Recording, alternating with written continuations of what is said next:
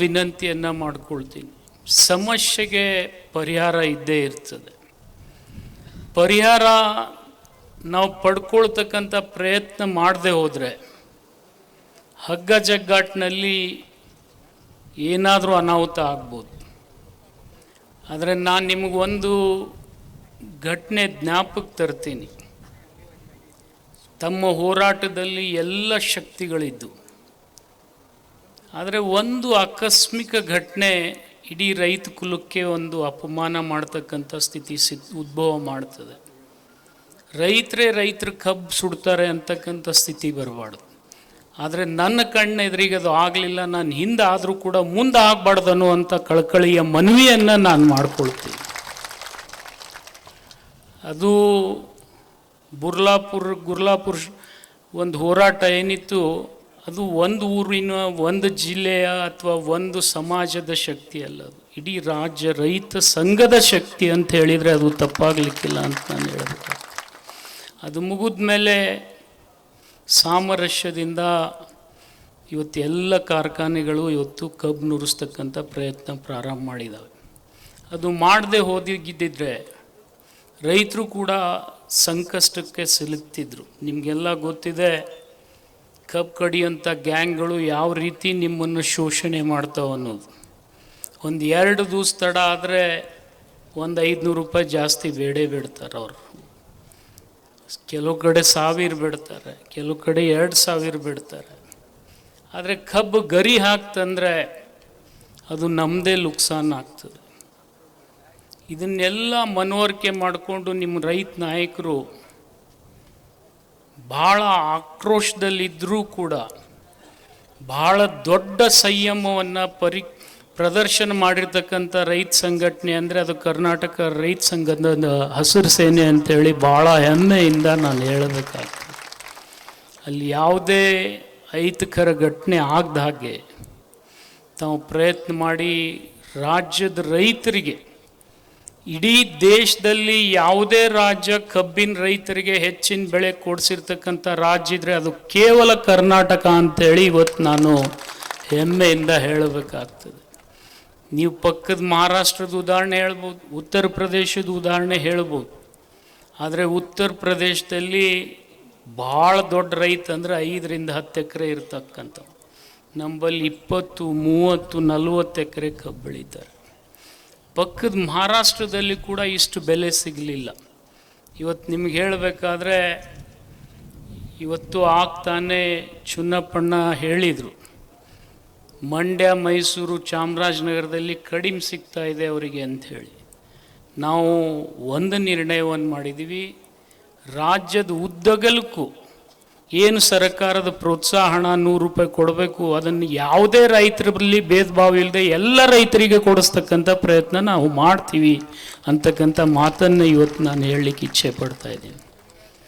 ಜೊತೆಗೆ ಯಾವ ಕಾರ್ಖಾನೆಯಲ್ಲಿ ಹೆಚ್ಚಿಗೆ ರಿಕವರಿ ಇರ್ತದೆ, ಆ ರಿಕವರಿಗೆ ಅನುಗುಣವಾಗಿ ಹಣ ಕೊಡಿಸ್ತಕ್ಕಂಥ ಒಂದು ಪ್ರಯತ್ನ ಕೂಡ ನಾವು ಮಾಡಿದ್ದೀವಿ.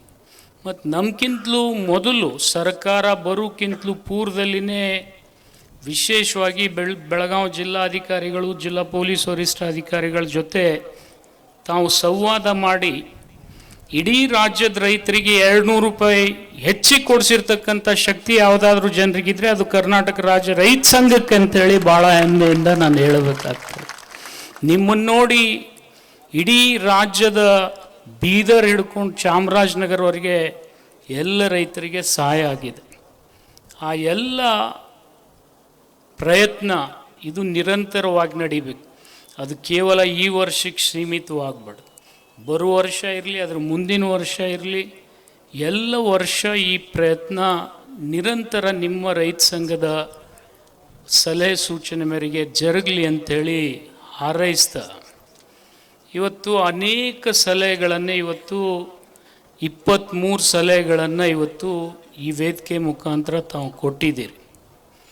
ಅದರಲ್ಲಿ ಭಾಳ ಪ್ರಮುಖವಾಗಿರ್ತಕ್ಕಂಥ ಒಂದು ಸಲಹೆಯನ್ನು ನಾನಿಲ್ಲಿ ಮಾನ್ಯ ಮುಖ್ಯಮಂತ್ರಿಗಳಿಗಾಗಲಿ ಕೇಂದ್ರ ಸರ್ಕಾರಕ್ಕಾಗಲಿ ಮನವರಿಕೆ ಮಾಡಿಕೊಡ್ಬೇಕು.